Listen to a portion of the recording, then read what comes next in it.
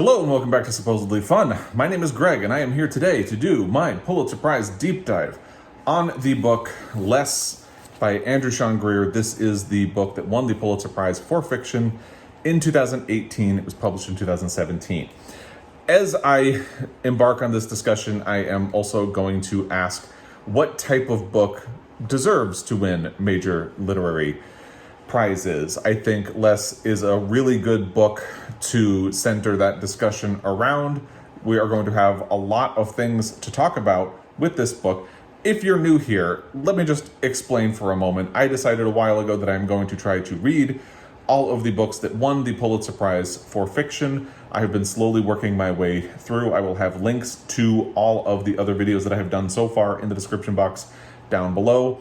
I also did a video about what is the great American novel, which will also be down below, because that is a question that I feel like is intimately tied to the Pulitzer Prize for fiction, since the Pulitzer has a mandate to go to an American author for a work that preferably deals with American life. And we will get into all of that and many other things as we discuss this book. I am also going to have timestamps down below so you can navigate to different parts of this conversation if you would like to skip them.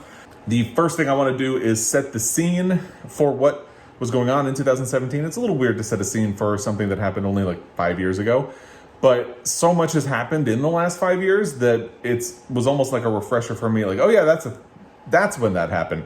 So we'll talk about that first, and then we will go into the larger discussion of what type of book deserves to win a major literary prize. We will look at the case of Less in particular, and then we will try to answer the question of whether or not Less by Andrew Sean Greer deserved to win the Pulitzer Prize for fiction. So let's start by setting the scene, do like a bit of a snapshot about what was going on in 2017, because again, Less won the Pulitzer Prize in 2018, but it was published in 2017. Like the Academy Awards, the Pulitzer Prize is awarded the year after the eligibility period. So even though we're talking about the Pulitzer year 2018, we're talking about 2017 as a publishing year. It's a little confusing, but that's the way it is. In bookstores, according to USA Today, the best-selling book of 2017 was not for adults at all. It was R.J. Palacios' book Wonder. Thanks to a lot of adaptations, the bestseller list was actually full of older books that year, with revivals of The Handmaid's Tale, It, and the itty-bitty baby of the bunch, Big Little Lies, which had been published 3 years earlier and made it onto bestseller lists because of the TV adaptation. I believe the first season aired in 2017. The Nobel Prize for Literature was awarded to Kazuo Ishiguro, quote, who in novels of great emotional force has uncovered the abyss beneath our illusory sense of connection with the world. The Booker Prize went to George Saunders for Lincoln and the Bardo, and the National Book Award went to Jesmyn Ward for Sing Unburied Sing. We'll be talking about both of those books later on in this video. In movies, the highest grossing film was the divisive Star Wars Episode 8, The Last Jedi. Moonlight won Best Picture at the Academy Awards after that mix-up with La La Land was cleared up, but the movie that was released in 2017 that went on to win the Oscar the same year that Less went on to win the Pulitzer Prize was The Shape of Water. On TV, the top-rated TV show was The Big Bang Theory, but the Emmy for Best Comedy Series went to Veep. Drama series went to Hulu's The Handmaid's Tale, which was the first time a streaming platform won that top prize. The news is a mess for 2017, but let's quickly cover some of it. I really hate 2017 in the news because on January 20th of that year, Donald Trump was inaugurated as president and immediately set the tone for his awful presidency by repeatedly lying about the size of the crowd that turned up. The inauguration crowd was minuscule compared to the turnout for the first Women's March on Washington, which happened the following day. His presidency was immediately plagued by scandal and corruption, kicking off, frankly, an exhausting news cycle that plagues us to this day. The best signal of this would probably be the Mueller investigation, which kicked off in 2017 to examine whether or not Trump and his campaign team had coordinated with Russian interference in the 2016 election. Ultimately, it went nowhere. The toxicity of Trump's rhetoric, particularly the rhetoric that he had kicked up during the campaign, became apparent in August. Almost at an anniversary. I am filming this on August 11th, and on August 12th was the murder we're about to talk about. But in August of 2017, neo-Nazis who had rebranded themselves as alt-right or white nationalists protested the removal of Confederate statues in Charlottesville, Virginia, in what they called the Unite the Right rally. A counter-protester named Heather Heyer was killed when a self-identified white supremacist plowed his car into the crowd. Trump infamously responded to this by commenting that there were very fine people on both sides, just to prove how gross the belief that white men were being replaced was when Less was published, because that's going to be something that we'll talk about. The white nationalists at this rally chanted, among other things, "You will not replace us." Getting away from politics, the Me Too movement revolutionized Hollywood after accusations of sexual assault and harassment were levied at Harvey Weinstein. This was based on reporting from two women at the New York Times, Jodi Kantor and Megan Twohig, who later released a book about it, which will be turned into a movie this year. It was generally a bad year in the news, so we're going to move on and start talking about the case of Less and why there's an interesting conversation to be had about major literary prizes. First, just as a general introduction to this, as the Pulitzer announcement for 2018 approached, literary minds had a lot to consider. Would Jesmyn Ward come out on top for her critically lauded novel Sing Unburied Sing? Would George Saunders claim a double victory after winning the Booker Prize for Lincoln in the Bardo? There were many names and titles to consider if you were trying to predict the Pulitzer Prize for fiction that year. All of them were heavy hitters with dramatic plots and important subjects. Not many considered Andrew Sean Greer's comedic novel Less a serious contender, but it walked away with the prize in the end. That's right. A lighthearted comedy about a middle-aged gay man with romance problems beat out a bunch of serious novels by serious writers, books about systemic racism, generational trauma, profound grief, and more. How did this happen, and is this the way it should have gone down? That is one of the many things we're going to try to cover in this discussion. But the first topic I want to discuss, and the main focus of this video, is the question of what type of book is considered prize-worthy. When I embarked on my reread of Less, I was planning to litigate whether or not Less deserved to win over its competitors. My preconceived notion, having read the book once before, was that it should not have won. As I reread the book, I started thinking about a case that I've been making this year, that we as a culture and we as readers need to expand our definition of what type of book qualifies as great. And I started wondering how Less fits into that conversation. When I started that argument in my wrap-up thoughts about this year's Pulitzer Prize, and I'll put that video down below as well, I was specifically thinking about how authors of color are frequently snubbed. Really quickly, for clarification, I do not think this is a malicious or intentional move on the part of the Pulitzer jurors or board, but I do think that when critically lauded books by authors of color manage to repeatedly miss the Pulitzer Prize and the list of finalists, it indicates that something is going on. And yes, the winners of major literary prizes like the Pulitzer are getting more diverse, and that is a good thing. It's great, in fact. But I also think that we need to continue to hold these prizes accountable when it comes to representation, so we don't get complacent and assume that we have fixed something that's still broken. Everybody got that? Since I filmed that video and had that conversation, I've expanded the idea because genre snobbery is real, and let's be honest, it's kind of silly. From that perspective, things start to get more complicated, because why not award the Pulitzer to a seemingly slight comedic novel about a middle-aged gay man who can't get his life together? After all, until Less was published, Andrew Sean Greer had a reputation as a serious novelist. This was his first book to use a comedic style, and it actually started out life as a drama. As Greer was revising his book, he started to make it funny. But we're going to talk more about that later, because here we go again. I'm trying to explain why or why not a book deserved to win a major literary prize by examining how serious it is or how serious its intentions are. And here's the deal.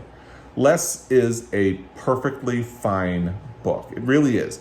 It's well written with a lot of clever observations and lines. It's also amusing in a wry way, not a laugh out loud way. And in many ways, it's about life in relatable ways, especially for a lot of gay men who are not used to seeing their narratives centered in art. And yet, the second you give a book like Less the Pulitzer Prize, people, myself included, begin to assess its worthiness for the prize. We tend to like for prizes to go to quote unquote very important things, all caps, exclamation point, things that speak to human nature, things that reveal deep truths about humanity and or society, things that speak truth to power. We have a very difficult time equating those qualities with comedy, even though comedy does that on a regular basis. As an aside, it doesn't help that we frequently dismiss books that do those same things when they come from minority authors or authors of color. Think of how long it took Louise Erdrich to win a Pulitzer Prize for one of her novels, over 30 years, about Native American life in this country. Think about how Toni Morrison only ever won a single Pulitzer Prize, despite creating one of the most rock-solid author lists ever seen in this country. I could go on, but I think you get the point. That main point is we devalue comedy. We certainly don't take mysteries, science fiction books, romance, or books targeted toward young readers seriously. They exist in their own categories that don't tend to win prizes like the Pulitzer. And that is something that needs to change. Now, I'm not saying that a mystery book should win the Pulitzer Prize just because. It would have to be a mystery that does things that would mean something to a lot of different readers. But I think just because something is in the mystery genre doesn't mean it should be disqualified. And the same goes for science fiction, the same goes for romance, same goes for books targeted toward young readers, and the same goes for comedies. But if I'm being honest, I have some significant problems with Less. There is something deeply toxic about aspects of this book. And we're going to have to grapple with those things because I don't think they can be ignored in this conversation. So the question is not whether or not there should be a path for a book like Less to win the Pulitzer Prize for fiction. There should be. Instead, the question is whether or not Less should have won the Pulitzer Prize for 2018. So I've kind of ended up circling back to my original question. Let's work our way through the book before we start to try to answer that question, and we will revisit the topic of what type of book is prize-worthy when we do.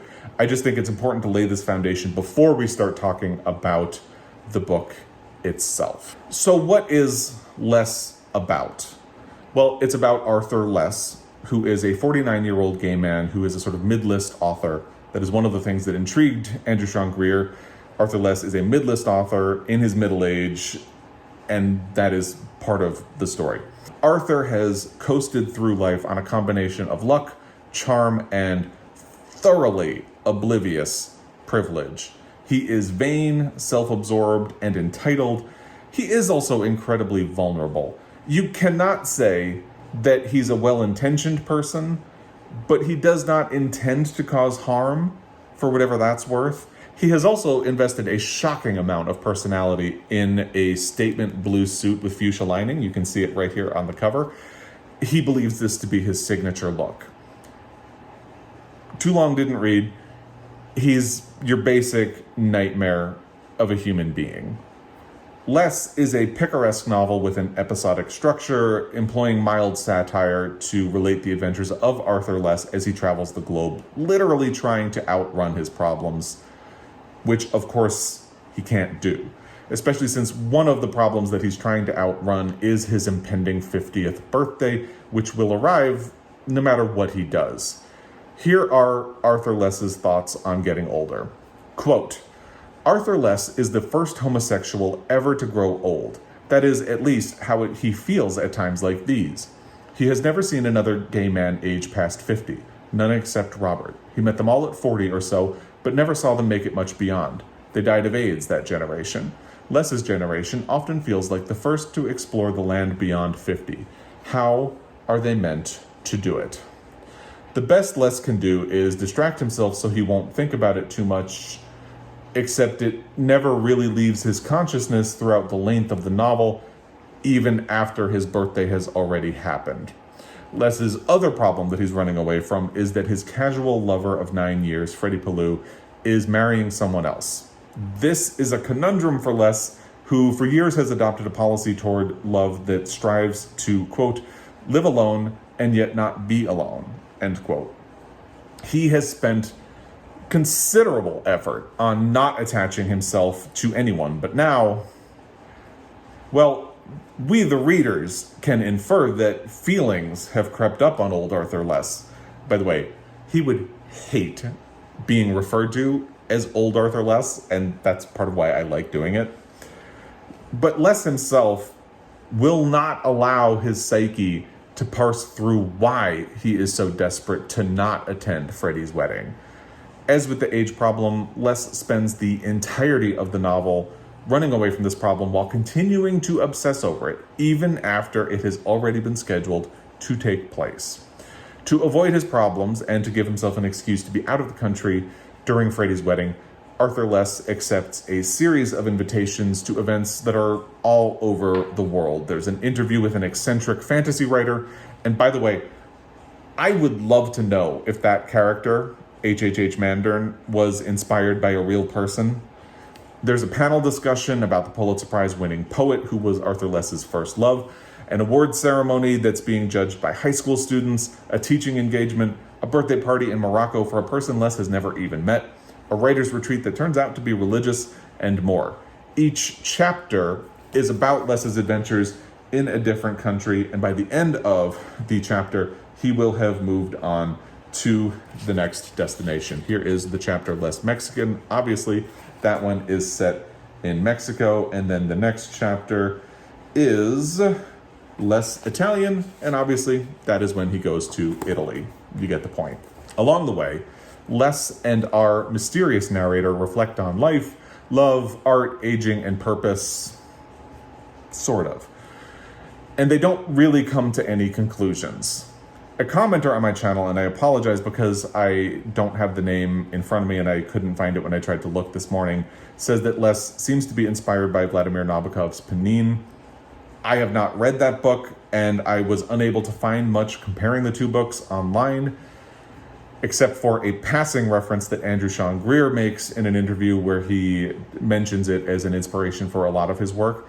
I did notice a lot of references to Nabokov and Lolita in particular as I worked my way through the book. I'm not going to spend any time talking about them in this other than just to say that they're there. If you have more to say on that subject, please let me know in the comment section down below. So that's what Les is about. Why does any of that matter? You might be asking yourself. Mostly, it matters because Les is an unapologetically queer novel, and it won a Pulitzer Prize for fiction. But that is an external force that is applied to this book, and I'm going to have a lot more to say about it in a minute. The internal aspect of Les that matters is that Arthur Les is full of it. Like, massively full of it. Look at Arthur Les's comment about feeling like the first gay man to grow old. Obviously, that is not true. It is patently false. First of all, he has gay friends who are older than he is. Second, it would be ludicrous to assume that gay men have not gotten old before. Sure, the window of time in which a gay man could be openly gay and live as a gay man is woefully small in our society. But it has happened. And sure, there is truth in Les's related observation that a generation of gay men was largely lost to AIDS, but it's still a wildly inaccurate statement. Part of the tragedy of the AIDS epidemic was that young men who were Arthur's age, in their early 20s at the time, also died. AIDS did not target a specific age group or bracket because that's not how diseases work. Arthur is not the first person of any category to get older. To appreciate Les, you have to look beyond the BS to try to understand where it's coming from and what it means. Les's insecurity about aging has nothing to do with entering uncharted territory. That's not what he's doing. It's just a deflection. Instead, it reveals Arthur Les's profound insecurities about himself and how he has defined his own self-worth. Think of his statement suit, by the way. He thinks it makes him an interesting person, and ultimately, at the end of the day, it's just a suit. Arthur Less has been able to skate through life without being serious, without really challenging himself, and without forming any real attachments. Getting older is terrifying to him because it means he might not be able to do that anymore. The text doesn't say that. You, as a reader, have to look at him and what he's doing to figure it out for yourself. That takes us to a bit of a random question. Is this a gay eat, pray, love? First of all, that's redundant. Eat, pray, love is the gay eat, pray, love. I have seen a lot of people, not just in comments on my videos, but out in the world, compare Less to Eat, Pray, Love.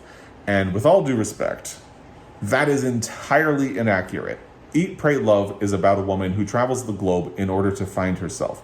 Arthur Less is doing the opposite. He's traveling to avoid finding himself because he's terrified of what he might find. Throughout the book, he resists self-improvement, self-awareness, self-introspection, anything that involves looking inward. If it involves soul-searching in any way, Arthur Less wants none of it. And he continues in this vein to the very last page of the book. There are going to be spoilers for the book in this section, so if you don't want spoilers, I'm going to suggest that you go down to the timestamps and skip to the next section, which is about LGBTQIA representation in literature and why it matters. I'm going to give you a couple of seconds to go do that if you don't want the spoilers. Hopefully, by now, you will have done that. So here we go. Even at the end of the book, Arthur has learned nothing. Nothing. He only gets a happy ending because our mysterious narrator reveals himself to be none other than Freddie Pellew, who has abandoned his marriage after a single day because he realized that he wanted Arthur Less all along. Why? I honestly can't tell you. Freddie is the one who goes on a journey of discovery, and it happens off screen.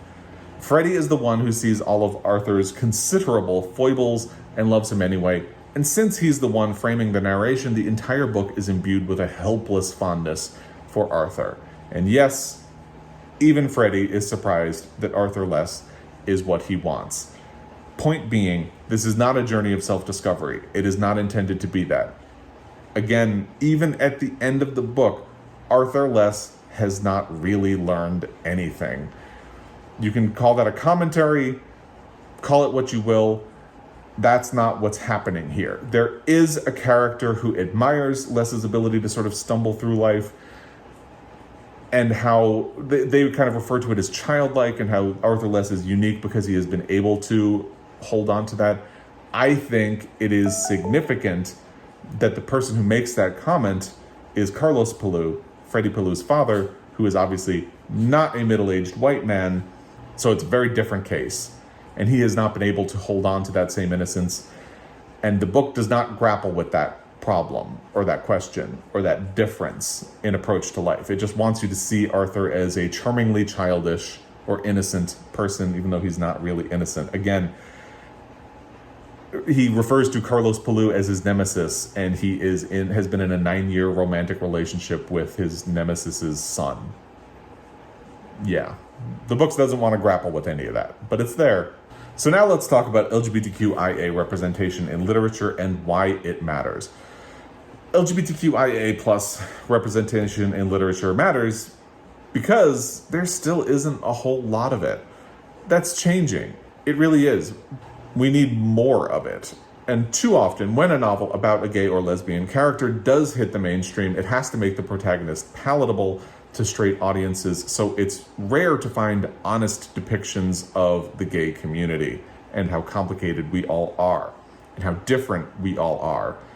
Less certainly is not a reflection of the entirety of the LGBTQIA experience, but it is a refreshingly honest look at what a gay man of Arthur's age, race, and all of that would have experienced in his life. His casual approach to sex, his indifference to long-term relationships, and all of that is a hallmark of how gay men approached the world before marriage equality and how many of them still do. Part of why we need more representation is that Arthur is not a good, capable, or even entirely accurate representation of the queer community. He's just a start. He is a part of it, but he's not the entirety. Now let's poke a hole in something that people have really used to elevate less, and that's the topic of satire. I think a bit of the conversation around less as a satire has become overblown. I think it's a category that people can easily latch onto to describe this book and make it sound serious, like a book that deserved to win an award like the Pulitzer Prize. Because since we don't typically award this type of prize to a comedy, we feel like we immediately need to defend the decision when we do. In reality, the edges of this satire are a bit dull. Yes, there is satire to be found, largely in Arthur's refusal to accept the concept of aging, but primarily in his complete obtuseness as a traveler of the world. Arthur is ill-equipped to handle the complexities of the world on a good day. As I mentioned earlier, he coasts on a combination of privilege, luck, and charm. He's really not an empathetic person at all. He does not spend a lot of time considering how other people feel or how his actions impact them. And as I said earlier, he is completely resistant to change, even if it would be for the better. Interestingly, that makes Arthur Less a perfect metaphor for Americans as a people and also for America itself. We are not going to bother learning your language or your metric system or anything like that. We are going to assume that you're going to do the work to meet us on our level, even if we're literally visiting you on yours. The problem is there just really isn't a purpose to this metaphor in the end. It doesn't really come to anything. It just fizzles out. I've also seen it stated that Less satirizes gay relationships, but anything that has to do with the gay side of Less is even more toothless than the Americans in the world angle, being honest. Ultimately, the book just doesn't have any point of view on these topics other than they're a mess. And that's just not really interesting to me, which is a shame because there's certainly room for sharp satire on these topics. Considering the generational divide between Arthur and Freddie, a more pointed satire of gay relationships and how they've changed in the post-AIDS, post-Ellen, post-marriage equality world would be fascinating. I would love to read that. A farce about Americans in the world post-9/11, post-Obama would also be fascinating. This just isn't interested in being either of those things. Now, given how meta the creation of Less was, more on that in a moment, I would not be surprised if the satirical aspects of this novel were almost entirely unintentional. Instead, Less succeeds best as a novel that uses comedy to reflect how helpless we all are. We all possess a desperate sense of pride and a cluelessness about how to navigate our temporary places in the world.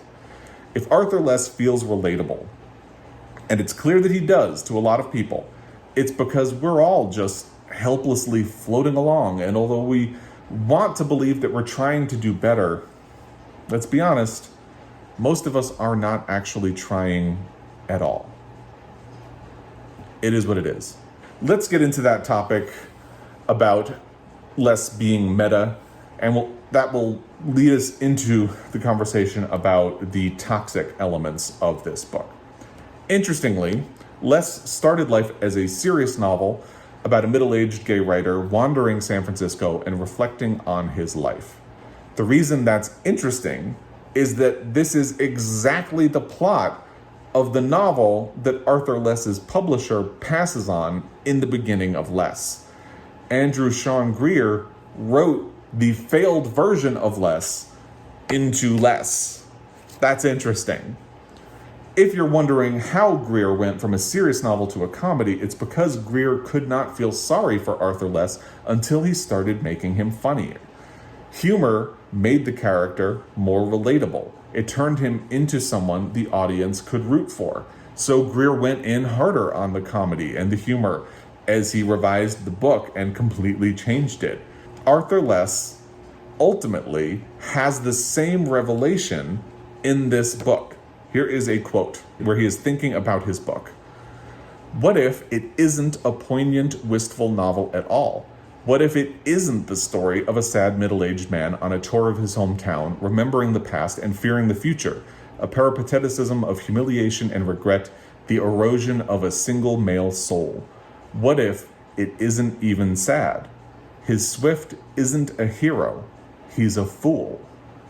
Part of why I think the so-called satirical aspects of this novel are unintentional is that Greer expressed that the borders of this novel expanded beyond San Francisco purely because he had been traveling a lot at the time he wrote this novel, and he had a lot of funny stories about his travels that he would tell his friends, and which his friends found amusing. So he started putting them into the novel to help make it funnier. The problem is that, as expressed in Less, there's something toxic about this conversation. And it's not the depictions of race. Andrew Sean Greer very specifically stated that in interviews that when he was writing the parts where Arthur travels, he did not want to rely on stereotypical portrayals of these countries. He wanted to really reflect the experience of being there and people that he met, and he did not want to devolve into sort of travel expectations that a reader might have in stereotypes, and he does a good job with that. The toxicity of Less is that Arthur Less is writing a book about a middle-aged gay man walking around, and no one wants to publish it because no one finds that type of character relatable or appealing anymore. Here is a lengthy exchange Arthur has on this topic late in the book. This is a long quote, bear with me. And it starts with Arthur. It was about a middle-aged gay man walking around San Francisco and, his sorrows. Her face has begun to fold inward in a dubious expression, and he finds himself trailing off. From the front of the group, the journalists are shouting in Arabic. Zora asks, "Is it a white middle-aged man?" "Yes. A white middle-aged American man walking around with his white middle-aged American sorrows?" "Oh, Jesus, I guess so." "Arthur, sorry to tell you this. It's a little hard to feel sorry for a guy like that." "Even gay?" "Even gay." Arthur Less spends almost the entire book feeling sad that no one wants to read his book about a white middle-aged American man. Until his aha moment about his hero being a fool, he's not even at all concerned about how to make this character relatable to a broader range of people. Instead, it's just meant to seem sad that the white middle-aged American man has fallen so far.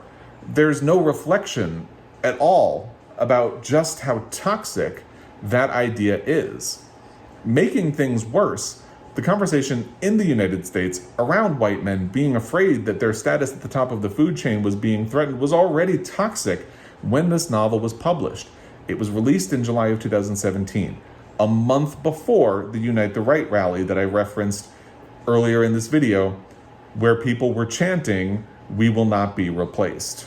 More than a year after Donald Trump's toxic presidential campaign kicked into gear. Months after Donald Trump was sworn into office as president, thanks in large part to stoking the fears of white men that they were being replaced. There was plenty of time to either pivot away from this "woe are the white men" narrative, and no one did. There was plenty of time to put some stuff into Less that might make that not so squirm-inducing, and no one did. Releasing a novel in which the protagonist echoes these beliefs is not really a great look. And it certainly doesn't help that this conversation has only metastasized in the years since Less was published. Just this year, white authors like James Patterson and Joyce Carol Oates have stoked controversy about fears that white male stories and white male writers are not the dominant force in the publishing industry anymore, even though they still are. It's not great, even for a lighthearted comedy that probably did not mean to wade into these toxic waters. It's not great. To be clear, I don't think Andrew Sean Greer was trying to bring all of those things up. However, as I said, he would have been writing this book while a lot of these issues were becoming toxic. The book was being published when a lot of those things already were toxic. And it hasn't gotten any better. And that makes this a bit of a difficult pill to swallow. We're getting through this. I have a couple of quick questions to ask before we get into the big topics. The first is, who is Andrew Sean Greer? Less was Andrew Sean Greer's fifth novel and his sixth book. And while some of those books, notably The Story of a Marriage and The Confessions of Max Tivoli, had caught some attention and good reviews, he was largely unknown until the Pulitzer Prize came calling for Less. The Confessions of Max Tivoli was praised by John Updike when it was released, and when Mitch Albom selected it for the Today Show's book club, it became a bestseller. It's a Benjamin Button-esque story about a man who ages backwards, and it was the first book by Andrew Sean Greer that I read. I thought it was fine, and I didn't really think much about him until Less was released. I actually had a hold on this book at the library, and it became available, and I checked it out the day it won the Pulitzer Prize. So he was still someone who was on my radar, but I hadn't been really excited about him. But this was a book that I had been interested in reading before it won the Pulitzer. It just happened that me reading it was timed to it winning the Pulitzer Prize. Greer lives part-time in Italy and is a graduate of the Iowa Writers' Workshop. Like Arthur Less, he has taught in Germany and been nominated for an Italian Book Award. He has also been a judge for the National Book Award. And that's kind of all there is to say about Andrew Sean Greer. The next question is, are there adaptations or sequels to Less? The timing of this deep dive is not a coincidence, because a sequel to this book, entitled Less is Lost, will be released on September 20th of 2022. I'm very skeptical of whether or not this book needs a sequel, especially a sequel with a plot so similar to the original, but we'll see how it is. Basically, the premise of Less is Lost is that Arthur Less, at this new stage of his life, discovers that, hey, life is still difficult, and he, again, runs from his problems rather than deal with him. But instead of traveling the world, he embarks on a road trip of the United States. And again, I don't know if we need a book that is so similar to this one, but we'll see how it is. I have an advanced copy of it. I have not read it yet. The next question would be, is Less the great American novel? Lol. No, not even close. I ask myself this question with all of my Pulitzer Prize deep dives because the Pulitzer seems intimately tied to the notion of the great American novel. I'll, again, have my video about that down below.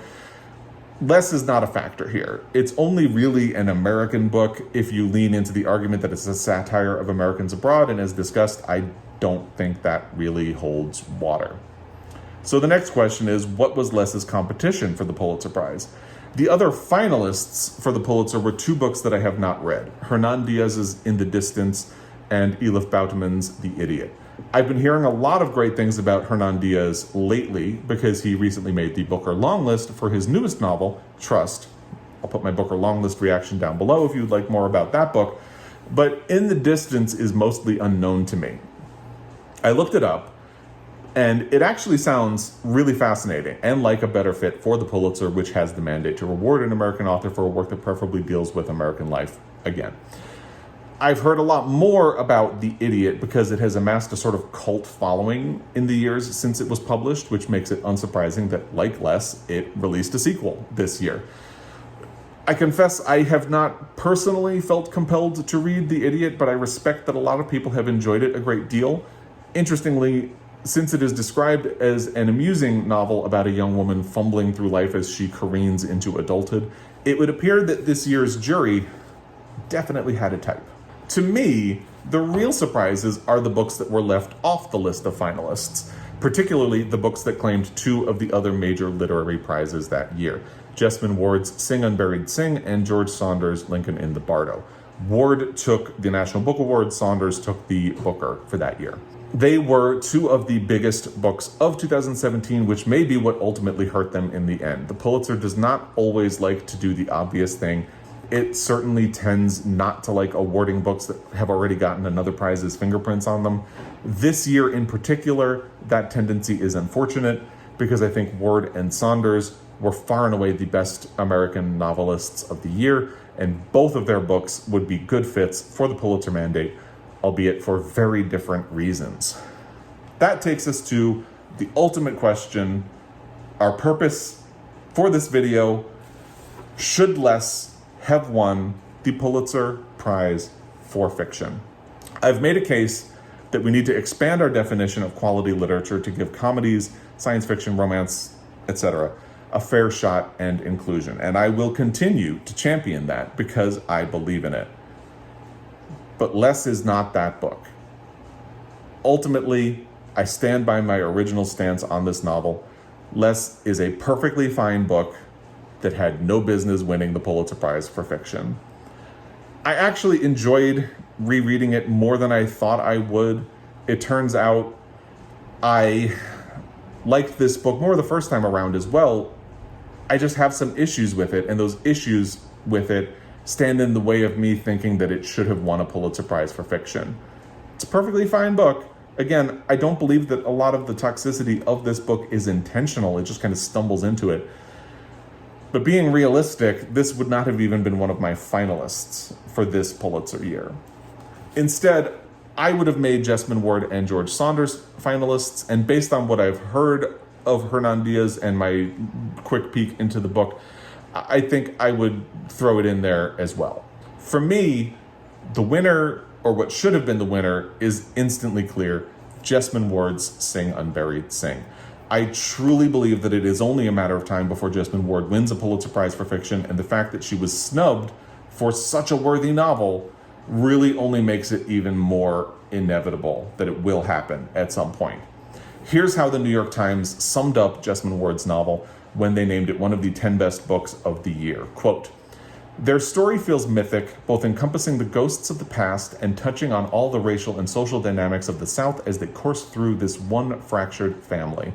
Ward's greatest feat here is achieving a level of empathy that is all too often impossible to muster in real life, but that is genuine and inevitable in the hands of a writer of such lyric imagination." End quote. And yes, I'm saying that a serious book about a serious topic deserved the prize over a light comedy.